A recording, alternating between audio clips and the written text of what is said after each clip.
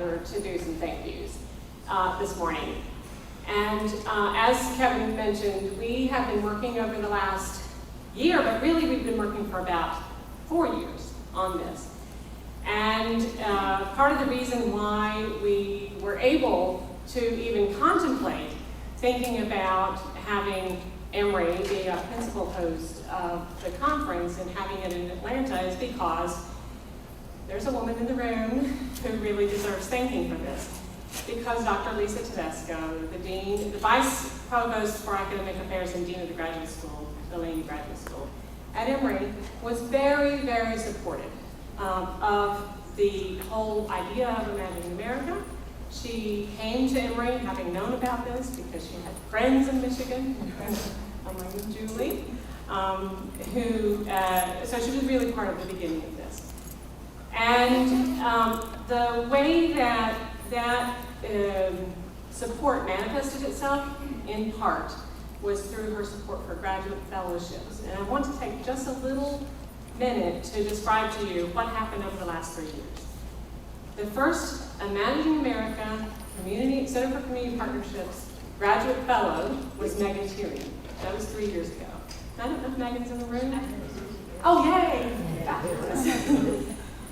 Megan helped to lay the groundwork at Emory for having the conversation about having the conference in Atlanta.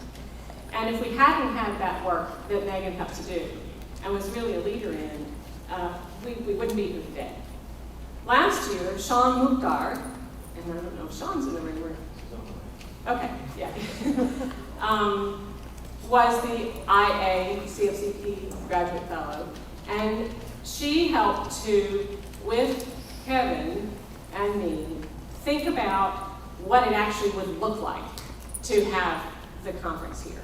And it turned out it didn't look like having it on Emory's campus. It looked like having it in Atlanta. It looked like having the Center for Civil and Human Rights as our partner, major partner. It looked like having First Congregational Church as a major partner. It looked like the Atlanta Music Festival as a major partner.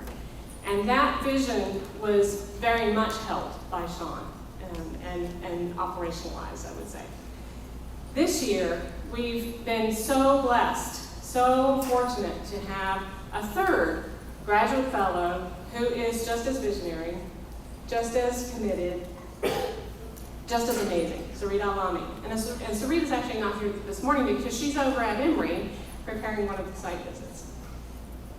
But I want to thank all of them, and I want to thank two more people without whom this wouldn't have happened. Dr. Michael Rich, who's the executive director of the Center for Civil and Human, not the Center for Civil and Human Rights, the Center for Community Partnerships, the Emory Center. Centers in my life. And Maureen Sweatman, who had been previously the director of operations in the center and has now moved over to the Division of Campus Life in a similar role. So, first of all, Lisa, would you please come up here because I have something for you. Make sure I get the right. A little token of the appreciation that we have for this real leadership in terms of graduate education, in terms of that being at the forefront of Imagining America, and in terms of just your vision for Imagining America.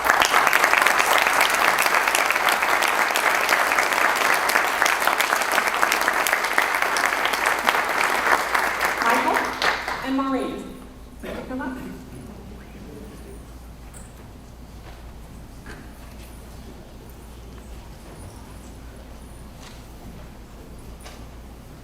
So Maureen went to a conference about 4 years ago in Minnesota and said, okay, why don't we host a conference? That's my review.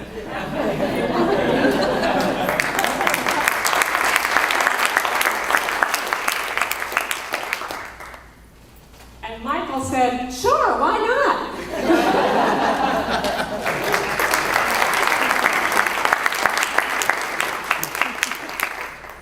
And I think Megan may be the only one that I get to actually give the gift to today, this morning, but I'll give the gifts to the other ones later.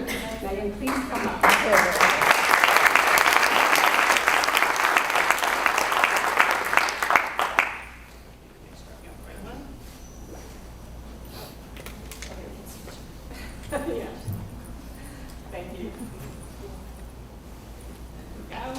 And just to say, Megan, meanwhile, had twins. And so over the last year, we've been missing her, and I'm really glad to have her back. So thank you, and I want to just keep going here because I know we have some time issues sometimes. But just really wanted to give the space for those thank yous. I now have the pleasure of introducing the Dean of Emory College, and this is someone who came to Emory in 2011, right? 2010, sorry. And has really woven his work into the work of Emory in ways that are indelible. And I think that, one of the reasons why it was a really interesting thing to have Dr. Robin Forman come to Emory was because he had done quite a bit of work at Rice University, where he had been previously, supporting civic engagement, supporting the center, the founding of many of of much of the work that is underway at Rice right now is actually due to his work. And I understand you've seen some of your colleagues this morning already, so that's really wonderful. So, Dr. Robin Forman, Dean Forman, could you please come forward? And we'll have him talk about our speaker. Great. First I'd like to just say a few words about Vialla. I'm sure you all know her, but in her role as Director of Engaged Learning in our Center for Community Partnerships, she's had a broad impact on Emory's campus. She has been, certainly since my time at Emory, and I know long before that, a forceful and compelling advocate for engaged learning and scholarship. But one of the points I want to make is she hasn't been just an advocate. She has helped a generation of faculty across the university to explore ways to develop community-engaged learning and research opportunities for themselves and their students, and has designed and taught such courses to brilliant effect in our Department of Spanish and Portuguese. And this has been all part of a larger effort, a larger conversation to figure out what it means for Emory to be an engaged campus. It's been a very exciting conversation, and we're all grateful for your efforts, including the work that you did along with many others to bring this important gathering to Atlanta. It is a great pleasure and an honor for me to join you this morning to introduce our keynote speaker. He's someone in whom we at Emory and we in Atlanta take great pride, from whom we draw great inspiration. At a conference such as this, hosting and encouraging conversation about the civic purposes of higher education, conversations about the partnerships as they exist and as they should be, between our campuses and our larger communities, about what it means for artists and scholars to engage meaningfully with the larger communities, and ways in which those civic issues, grounded in a democratic spirit, can be brought onto our campus and into our classrooms to enrich the educational and scholarly enterprise. I cannot think of a more appropriate and deserving keynote speaker. Meeting Doug has been one of my great joys since arriving at Emory a little over 4 years ago, and I don't usually start introductions like this by referring to the speaker's college credentials, but I hope you'll forgive me this one time. Doug is an Emory alum. Graduated in 1995 with a degree in economics and political science. And from his very first days at Emory, he began engaging in work to help Emory be the sort of community that we all aspire for it to be.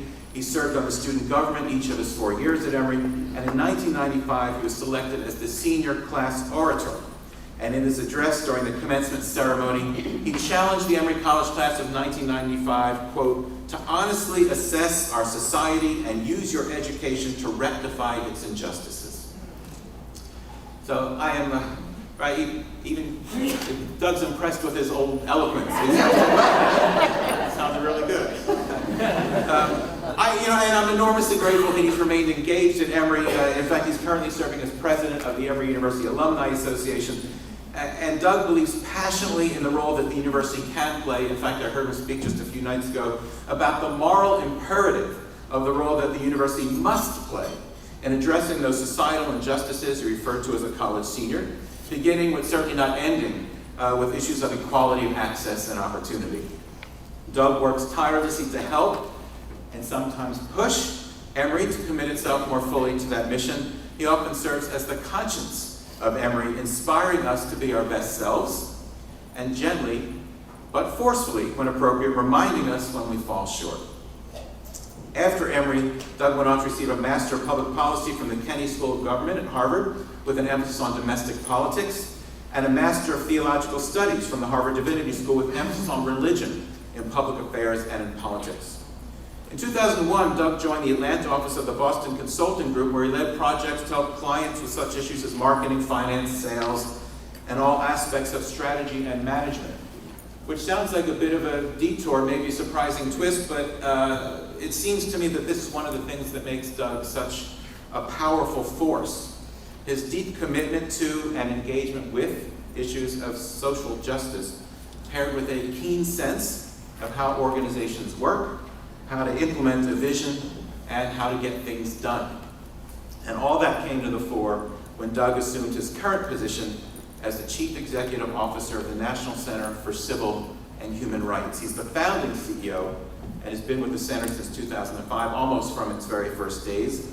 He led the processes to articulate a broad and ambitious mission, making sure the center would look to the past, but not be just a museum, but rather focus on ways that the past, present, and future are linked, where prospective future works are paired with past achievements.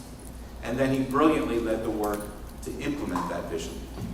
With the opening of the center, Atlanta has become a home for conversations about all aspects of social justice and human and civil rights. The breadth of Doug's interests and efforts can be seen in the broad array of topics addressed by the CNN Dialogues, a community forum that represents a partnership between CNN, Emory, the Center for Civil and Human Rights, and many others around the city of Atlanta. The significance of Doug's work to Atlanta has been recognized far and wide. He's been honored by the Atlanta Business Chronicle, Georgia Trend, the New Leaders Council. He's been named one of 100 most influential Atlantans each year from 2011 to the present. He's guest lectured at several universities. He's been featured in numerous publications, including New York Times, Wall Street Journal, CNN. And he serves on numerous boards, both in higher education and beyond. I am privileged to call him a colleague and a friend. Please join me in welcoming Doug Shipman.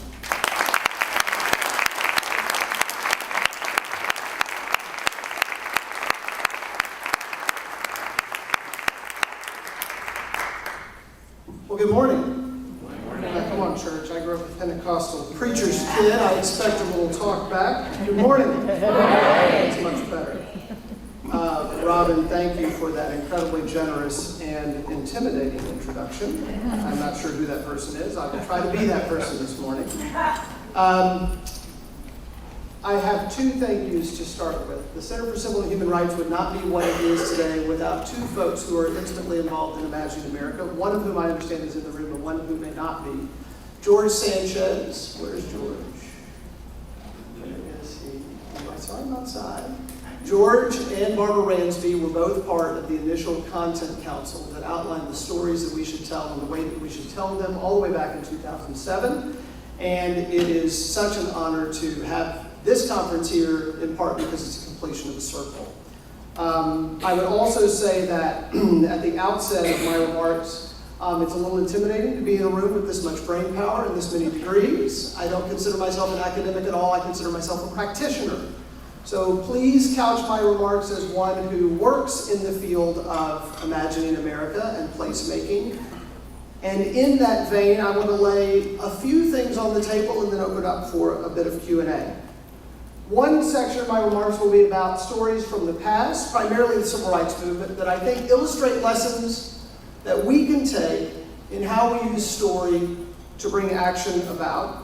And then a few stories from the development of the center itself, which illustrate similar points. But I want to start with my own story that happened just a few months ago. I was giving a speech, and at the end we had Q&A, and there was a woman sitting right in the front row, where Lisa is, and she was maybe mid-30s, and she raised her hand and she said, I grew up hearing the stories of the Civil Rights Movement, and they were so important to me because my parents had marched, they had been there, and they're really a part of who I am. And my children are now 15 and 12, and I can't get them to care. How do I get them to care about these stories? Because I wasn't there. I can't have the same sort of storytelling that my parents did. And so I waited a beat and I said, have you ever heard of Moses? And she said, yeah, of course. I said, "Did you ever meet Moses?" She said, "No, never met Moses." I said, "Well, how in the world do you know about Moses?" She said, "Well, I've heard the stories of Moses." I said, "That's exactly the point. And not only just the story of Moses, but if you think about the story of Moses for a minute, is there any storytelling device that is not in the story of Moses? No. We have good guys and bad guys. We have war. We have locusts. We have burning bushes. We have water flowing from rocks. We're talking to God on the tops of mountains. And we have an unfulfilled ending. Remember, Moses didn't get to the promised land. He only got to see it. He was unfulfilled in his ultimate vision. There was work left undone for the next generation. It's the perfect story in many ways. It should not be a surprise that the story of Moses lives on, that Charlton Heston was able to make movies without changing much of the script. And I think that in many ways, that story illustrates what we should be doing. We should be retelling stories. We should be playing up the drama that exists in the stories. We should not be shy about that. And we should allow there to be unfinished business when we tell these stories, so that it is not complete, but it's ongoing. So let me illustrate 3 stories from the civil rights era that I think have some insights on this topic. One is a famous phrase that you may have heard about the city in which we are standing. Atlanta, for those of you from Atlanta, what's the most famous phrase of Atlanta? Atlanta is the city that is too busy to hate.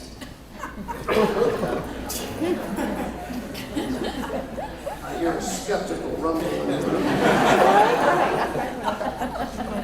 Now, the origin of this story is actually quite fascinating. The city too busy to hate was coined by Mayor Hartfield in the early 1950s.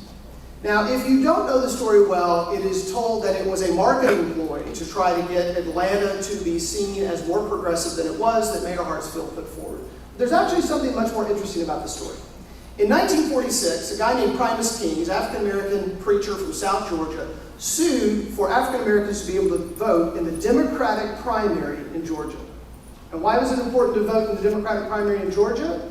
Because the Democrats controlled everything. Whoever won the Democratic primary won the election. No Republicans were in office. He sued. He happened to get a lawyer who was pretty good, named Thurgood Marshall, to come down to Georgia to argue the case for him, and he won. African Americans got the right to vote in the Democratic primary in Georgia in 1946. Now, this didn't have an impact on state elections. There weren't enough African Americans, but it did have an impact on the city of Atlanta. In fact, it created a unique coalition in which African Americans and liberal whites could elect the mayor of Atlanta. Mayor Hartsfield had been mayor when this decision came down and immediately understood where the coalition was that would allow him to win. And he coins the phrase, "the city too busy to hate," not only as a marketing device, but as a political coalition device. He actually is trying to signal that he's progressive. He's actually trying to imagine Atlanta that's not yet to come. And he actually is empowering voters to put him in office with a certain kind of mandate. The notion of the city too busy to hate is actually trying to speak into existence and is trying to empower the people who will allow him to bring it about. Now, of course, the city wasn't too busy to hate. There was plenty of hate in Atlanta. However, this also became a bludgeoning stick against segregationists in the city, because people started to use it with one another. Well, if we're the city too busy to hate, that means we can't do X. We must do Y. We must find a way to peacefully get through this. We must do these things if we believe that. And this phrase, though it is worthy of skeptical snickering, actually is a quite powerful grounding tool during the civil rights movement. And so I think the key notion from this is that even a phrase that may not be true and may be fairly flip, if correctly played with some backing, can actually have quite an impact. The second is a song from the era. There are lots of freedom songs. We know lots of freedom songs. I almost had Ted come in here and start singing, but I can't sing. Complete the phrase. Ain't gonna let nobody turn me around. We've heard the song. It harkens back, perhaps, to to the Underground Railroad? Perhaps not. But it has a grounding in African American spiritual tradition. And during the Civil Rights Movement, this became a song that was often sung in jails, it was often sung on buses, it was often sung in protest marches. But why that song? Well, one, because it does have the elements of physical marching, of the physicality of the movement itself. Ain't going to let nobody turn me around. Going to keep on walking. Going to keep on marching. But two, and most interestingly to me on this point, is that the song was changed by the protesters over time to reflect either current victories or exactly the moment they were facing. Ain't gonna let Jim Clark turn me around. Ain't gonna let Bull Connor turn me around. Ain't gonna let the Klan turn me around. Ain't gonna let the bombing turn me around. It actually became a mantra that was used in real time by the protesters to fortify themselves and to declare where they were. And they changed it at every moment to either signal where they were going or exactly the victory they had just achieved. The story of that song has not only legacy, but it has real-time impact. And it is one that continued throughout the movement. The third story to illustrate the point is the I Have a Dream speech, but not the half that everybody knows. My favorite part of the I Have a Dream speech is the first half. Everything before I have a dream. And the reason is because King does something that is so intellectually powerful that it's missed by most people. Gary Wills talks about this a little bit in his book about Lincoln's Gettysburg Address. When Lincoln's Gettysburg Address. When Lincoln goes to Gettysburg, he says, in essence, slavery must end because all men are created equal. Now, why does Lincoln have to reach back to the Declaration of Independence? Well, because Constitution is not a good place to look for ending slavery at the time. Slavery is plenty protected by the Constitution.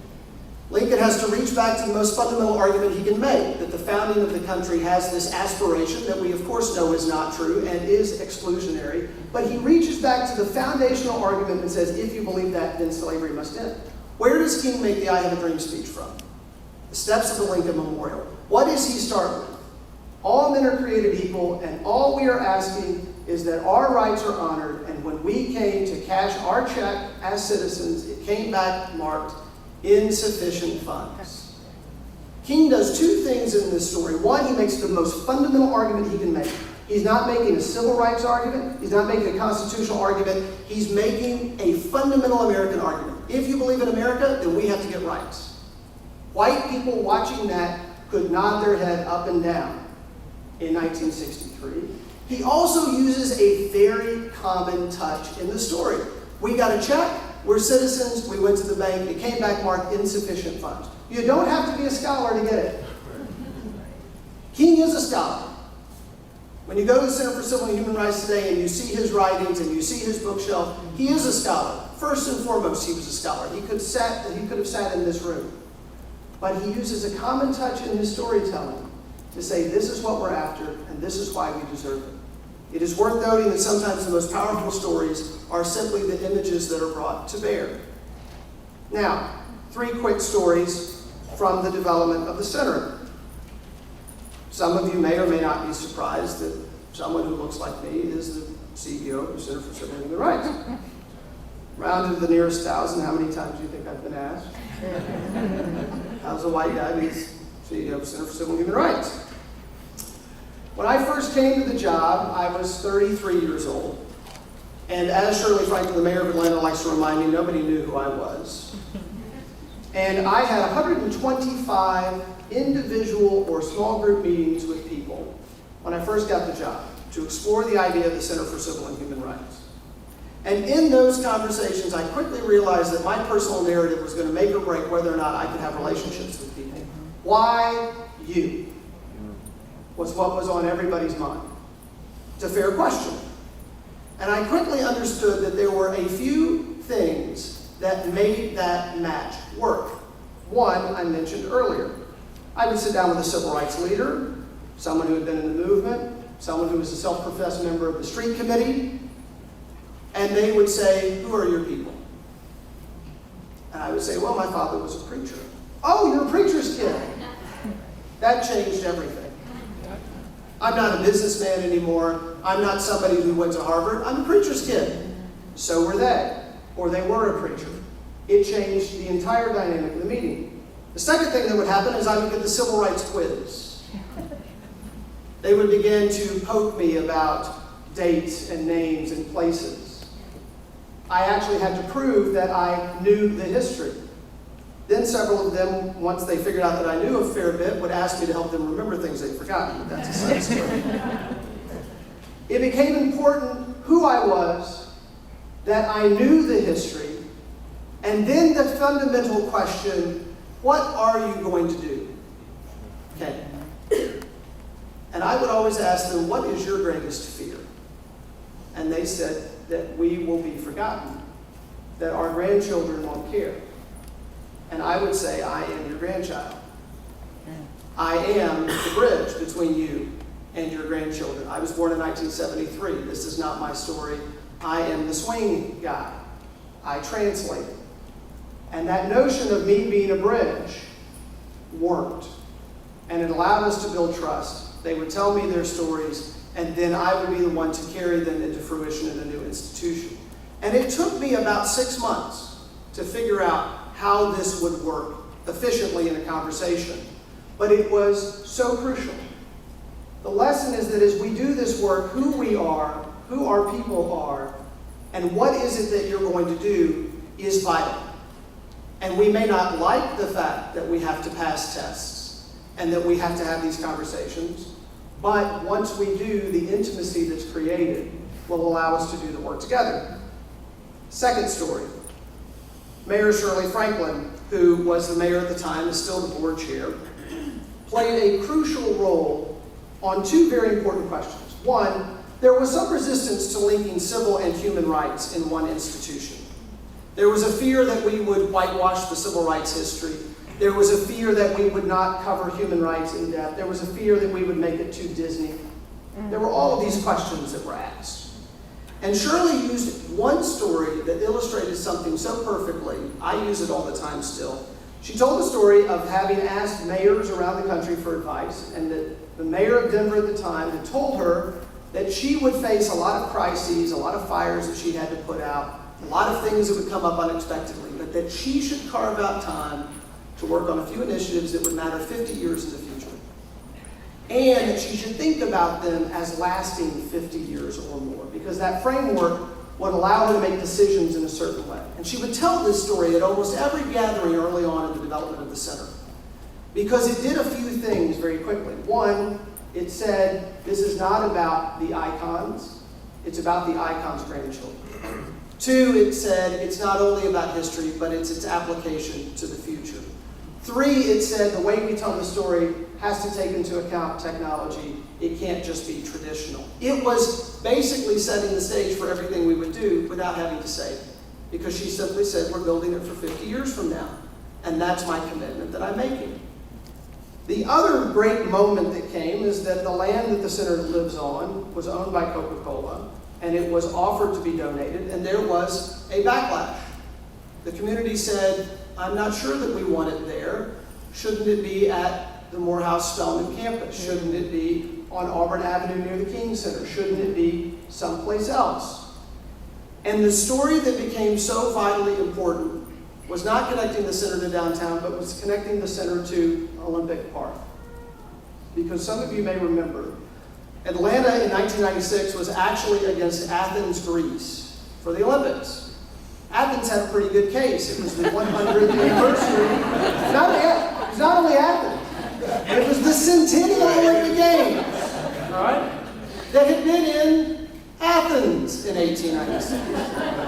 Athens had a pretty good argument. Let's bring it back. It's been 100 years. Andy Young and Billy Payne made a different argument. They said Atlanta came through a period without exploding, and it is a model for the world of which is to come. And so you should bring the Olympics to Atlanta, because we can model the world that the Olympics is trying to achieve. Was it true? Not really. But it was an imagination, and it was rooted in some fact, that in fact, that is why the Olympics came. And so putting the National Center for Civil and Human Rights next to that land created a legacy back to that argument, to the international community, and also, to Shirley's point, said, if you want this to matter 50 years from now, put it to where people will find it who may not know that they will find it when they come to see sugar water and salt water, the aquarium, and the World Code. But the story of the Olympics and Atlanta's Olympic legacy allowed us to put the center in what I would argue is the right place. Final story. Some of you may know, and you will certainly, once I tell you and you go through the center today, if you have this in the back of your mind, it will make sense. As we thought about bringing this story to people who did not know it, people who were not familiar with it, we said, who is the best kind of storyteller that exists? Who can make you care about something that you have no knowledge of? We said, well, filmmakers, theater artists, they can make you care about gladiators, they can make you care about Martians, they can make you care about antebellum times, they can make you care about Mississippi in 1962, they can care about anything. Why don't we get one of them to do this? So we went out and got George C. Wolfe. Used to run the Public Theater, won a couple of Tonys, wrote the Colored Museum, co-wrote Bring the Noise, Bring the Funk, now he does films. Brought George down, he started thinking about this, and he said, the issue with the storytelling of the Civil Rights Movement is not that it's not an incredible story. It's one of the most dramatic stories in American history. It's that we haven't embraced the drama. We haven't told it with all of the vigor in an institution that we should have. And we have not told it in a way that opens up for people to say, that looks a whole lot like what's happening in Syria. That looks a whole lot like what's happening in Egypt. That looks a whole lot like what we're arguing about with immigration. We haven't done that. We haven't liberated the story to be able to do that. That's what I want to do. And so that's what he has done. And he has liberated it in a way that there's no audio guide to the center. There is no one way that the center tells you its story. It is a discovery for each individual to curate their own experience. We've turned the story, in essence, on its head, so that each visitor goes through and picks and chooses what they care most about, and curates an experience that they walk out saying, it meant something to me because I saw this, and I saw this, and I saw this. And you poll the next person who says it meant something to me, but their choice of things is quite different. Which I think illustrates the most important point of these stories and storytelling for any sort of social change, and that is the stories must create agency for the participants. It is not enough to tell a story for knowledge or for empowerment. It has to create agency. It has to allow them to say, this is now my story. And I will end on the story that I told somebody as we walked in. We intended at the center, and I think you are intending in this conference, to create ways and places and time, moments and spaces in which people can define a new reality. I had a 16-year-old girl come up to me on Saturday. I was at an event, I was introduced as a CEO. She comes up to me, 16-year-old African-American girl, comes up to me and she says, the center changed my life. I said, really? I said, tell me. She said, I never really understood how these stories applied to me until I went to the center and I experienced what it was like to sit at a lunch counter, and I saw the faces of the young people who were part of the movement, and I saw how it connected to human rights today. And she said, can I tell you something else? I said, sure. She said, to see 80-year-old white people cry at the same time over the same thing I was crying over gave me hope. 3 days later, I was at an event, and I had two 80-year-old white people. I kid you not, come up to me and said, we spent 4 hours in the center, and we were so impacted, we had to come back the next day and spend 4 more hours. And we wept, and we thought about our own history, and we walked out hopeful because we saw young people doing the same thing. It's not our story. It's not your knowledge. It's the agency that is created in others to say, Moses is my story. King is my story. Dorothy Height is my story. Malala, this morning, is my story. That, to me, is the key lesson that I have learned in doing this work. And I think that all of us have the ability to do this in our own ways. And I hope that these points bring to mind some ways in which you can work. It is a pleasure to be here, and I would love to open this up for a few questions. I'm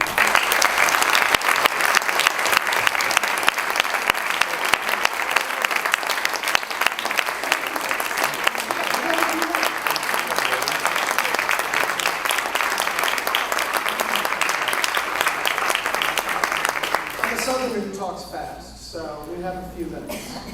It's on anyone's mind. I've heard this is not a shy group, so don't make me cold call. I saw a lot of, oh good, what do you want to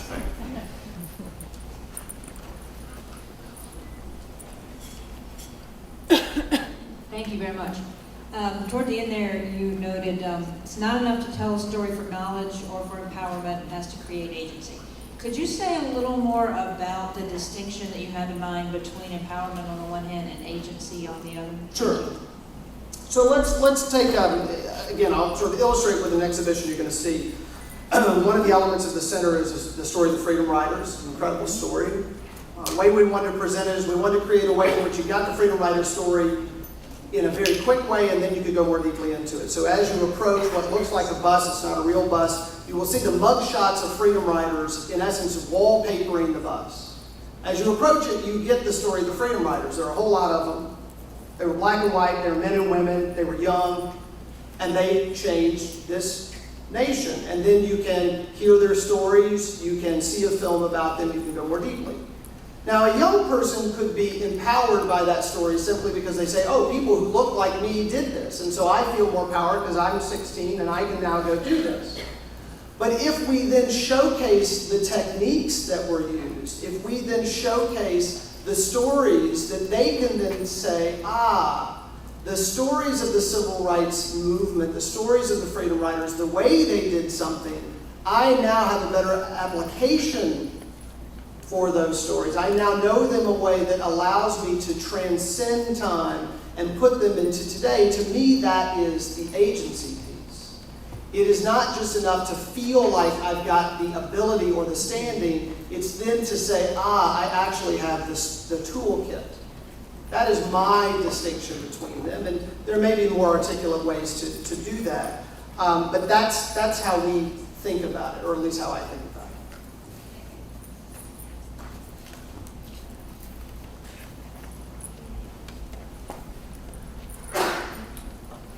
Hi, thank you so much for your great talk. I attend Auburn University, and I just recently moved into the Atlanta area in the last month or so it's great to hear this information. I went to a panel yesterday where we were talking about Huck Finn, and there was an adaptation that Kennesaw State University did a few years ago called Splitting the Raft. And a few of us stayed afterwards to talk, and I was mentioning how my mom just retired from teaching high school English in Indiana for 30-some years. And if you know people that are teaching higher or secondary ed that are getting older, you know that they're getting forced into retirement. And one of her biggest fears that she said over and over in the years upcoming before her retirement is, I'm afraid nobody's going to teach Frederick Douglass. I'm afraid nobody's going to teach Harriet Jacobs. And she actually last year had to integrate the civil rights movement into her English course because history was not getting to it. It was near the end of the semester. Yeah, civil rights always at the end. Yeah, it was at the end of the semester, and they were still in the 19th century. Yeah. So she talks about the Freedom Riders quite a bit.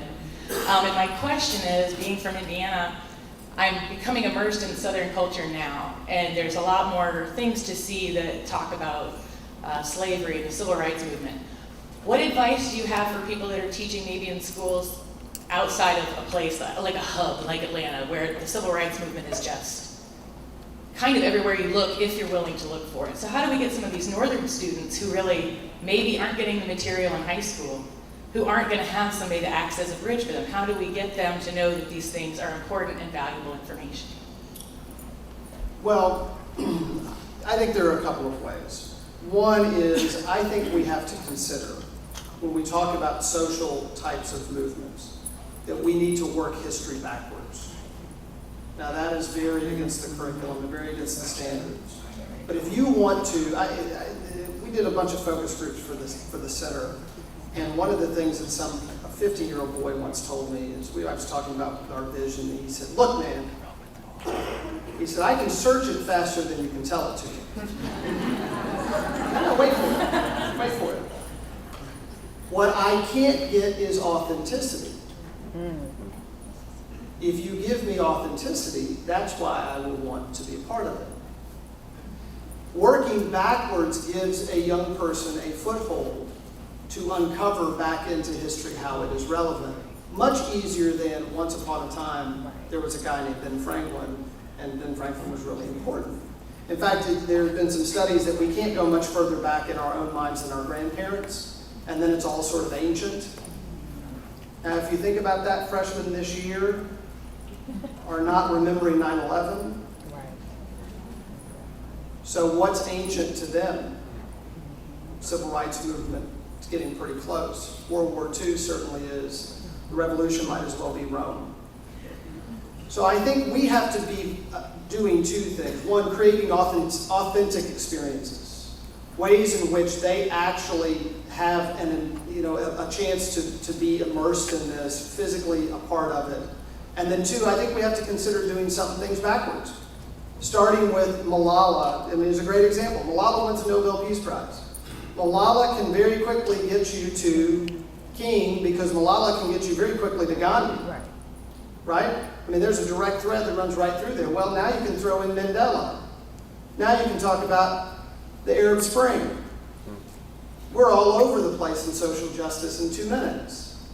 Based on somebody today, as opposed to saying, let's go back and once India wasn't free and the British were part of it and we were drinking tea and I'm bored too. I think that's particular for social justice, right? Math isn't different. Math, you kind of have to start with an addition and build up. I don't think you have to with history. I think you can do more picking and choosing thematically, and we should be able to. I'm just rewriting curriculum standards. Thank you for that.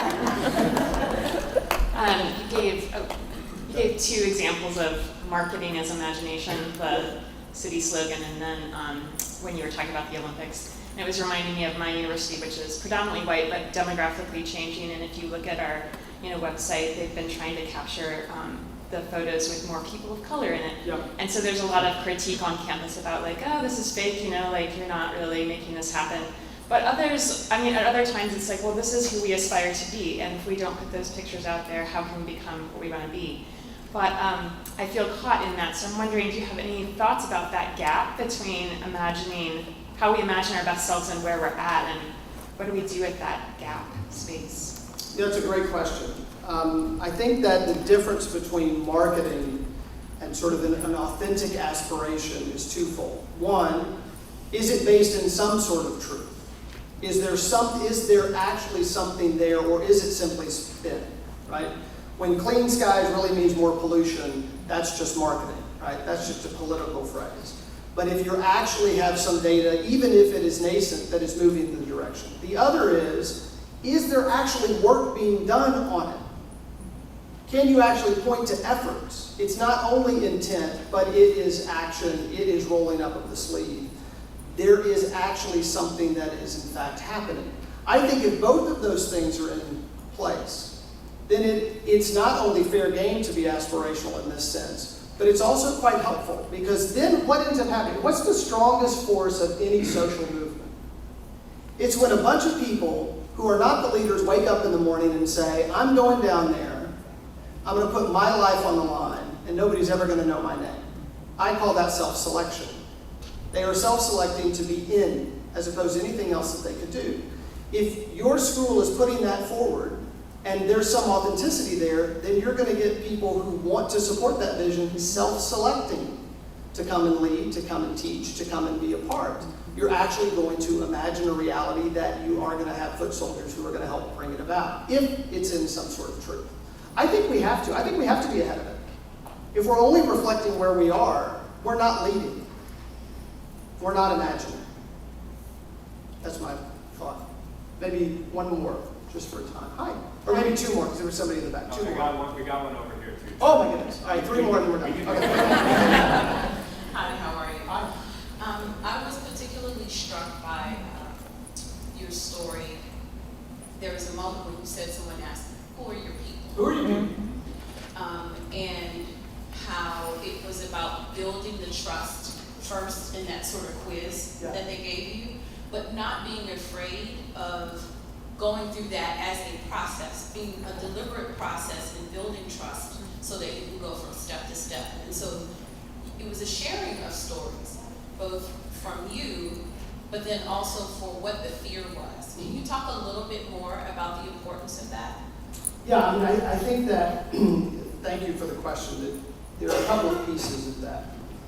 One is that, look, anytime there's separation between us as people, to me, the point is to try to build enough intimacy that we can have an honest exchange. Not that we actually are building consensus yet, that simply we can actually talk about what's really happening.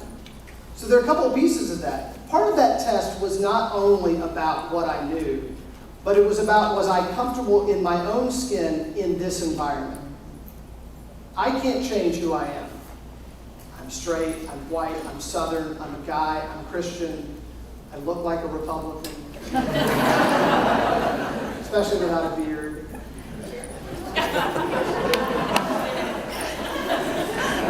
So part of the question was, are you real? Are you actually comfortable but authentic in this space?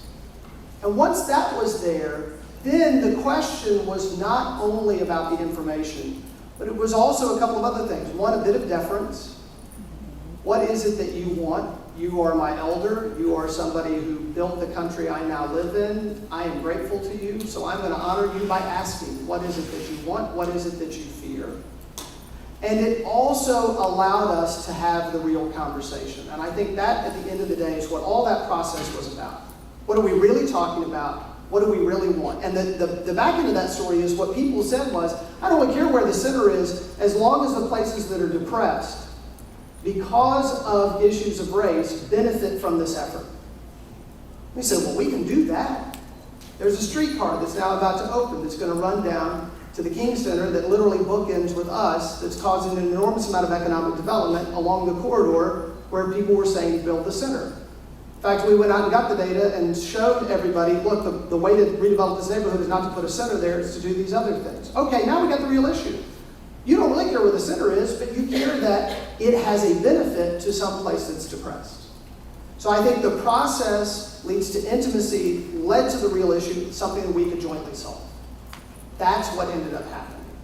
And then it also has, the benefit of there's trust for later on when things come up. All right, there was one, and then one. Where's one over here? So this is not a well-formulated question, but as I was listening to your stories, which I thought you told beautifully, I was struck both by the use of kind of tags, that you're really good at giving a sentence or summarizing really briefly the idea of the story. And then there's this kind of deepening process. Let me tell you the story behind the motto of the city, or just now you deepened the story that you told us earlier.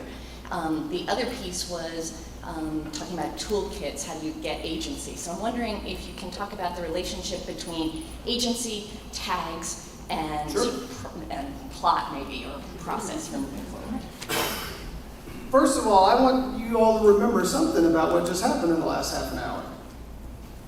If I tell you long stories, you say, I can't remember exactly what he said. Say, oh yeah, he told the story of that, what's that phrase? Oh yeah, city too busy to hate. Front of mind to back of mind. So part of the power of the tag is to make it stick, right? To make it stick. But then also, from the agency perspective, if you're in the moment of argument, if you're in the moment of a social movement, you're looking for things that can be helpful. If you've got an index full of small things that you can pull from, tags, you actually have more ability to, in the moment, find what you need. And this is actually, it's not direct, like do it this way, but it's interesting. Dr. King, his entire life kept a card file. You remember you used to be taught that you keep a card file and each card had one idea, or one phrase, or one quote, and then what did you do with it? You made an outline out of it, right? You took the cards, you got on a table, you made an outline, and that's how you started. That's literally what King did his whole life. He had a card file from when he was in college through his entire life, and every time he had a new sermon, he'd get out his card file, he'd get on his dining room table, he'd make a huge outline with his cards, and that's how he started. So it was about, he had handy an enormous amount of material, but based on very small nuggets that then he could go deeper on, that allowed him either in real time or when he was putting something together to then put together a new framework or a new thought or idea. So I think it's more than just, I've been accused of being very good at sound bites. But I think there's much more to it. I think it's a way to think about, especially, you have to think about somebody who's in the moment of activism. They don't have paragraphs. They've got sentences or phrases to move, right? One more that was in the back. Yeah, hi. Hi. I'm Sonia. Thank you so much for all the stories you shared. So I want to start with a little story about my people, and then get to a question. I'm not going to be as succinct on another day, but I will say that my people, or part of my people, are from the South. They're from Mississippi. My great uncle was the Lieutenant Governor of Mississippi in the early 1960s, and I kind of just knew that, and I didn't know the story behind it. And it wasn't until several years ago when I was hearing someone from the civil rights movement visit me who was talking about the power of song, the power of story, and the importance of memory, that I went online, did the search, and I found an oral history about my great uncle. And I was afraid when I did that search about what I would find. Because in my mind, there were the good guys with the signs and the bad guys with the dogs. And I was afraid that my people were the bad guys with the dogs. And what I found was something much more complicated. That there was a big middle, and that my great uncle was on the side of segregation when it was the law, and on the side against it when it was the law. That there's a big middle whose ideology is about rule of law, and they're willing to say that when that policy changes to represent what is right, but the will of the majority to believe that what is right and can be reinforced by policy, they're willing to make that move. And yesterday we heard Harry Boyd remind us about organizing tactics that are about moving the great middle. And that we in higher education are not very mindful about the stories that we're telling to move the middle. And I feel like I tell that story because it confronts me with the reality of this kind of push that we have from one part of this country against telling complicated stories.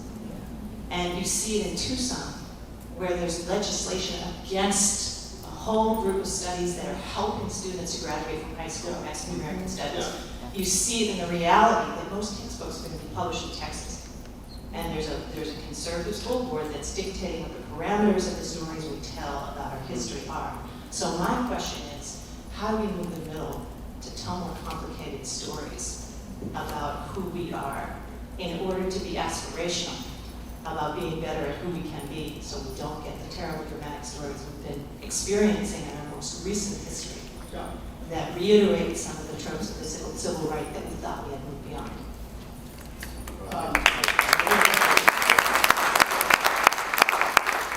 I will end with this answer because you actually anticipated how I wanted to end, so I so appreciate you. I'll start with a wonderful illustration some of you know.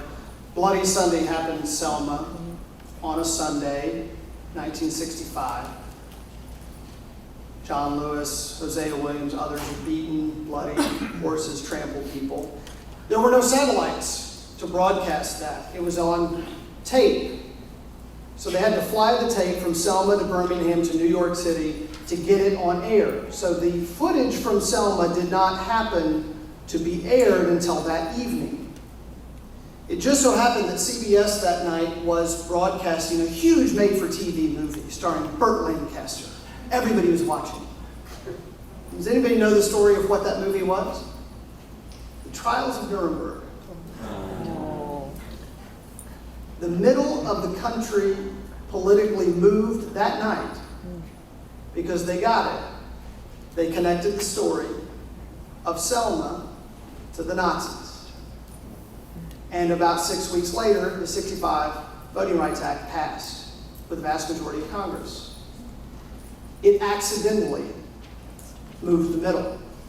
But it moved the middle by connecting two stories, one that was settled and one that was unsettled. So I think there is a lot to be thought about this. I have two answers to your question. One is, there's been a lot of work done recently on what it is to raise great kids. And they looked at kids who had family narratives that we've always been rich, we've always been poor, we did this, we did that. And the most successful family narrative for kids is one that looks like this. We're resilient. Our family's been up, our family's been down, our family's had it all, our family's lost everything, and we've come back.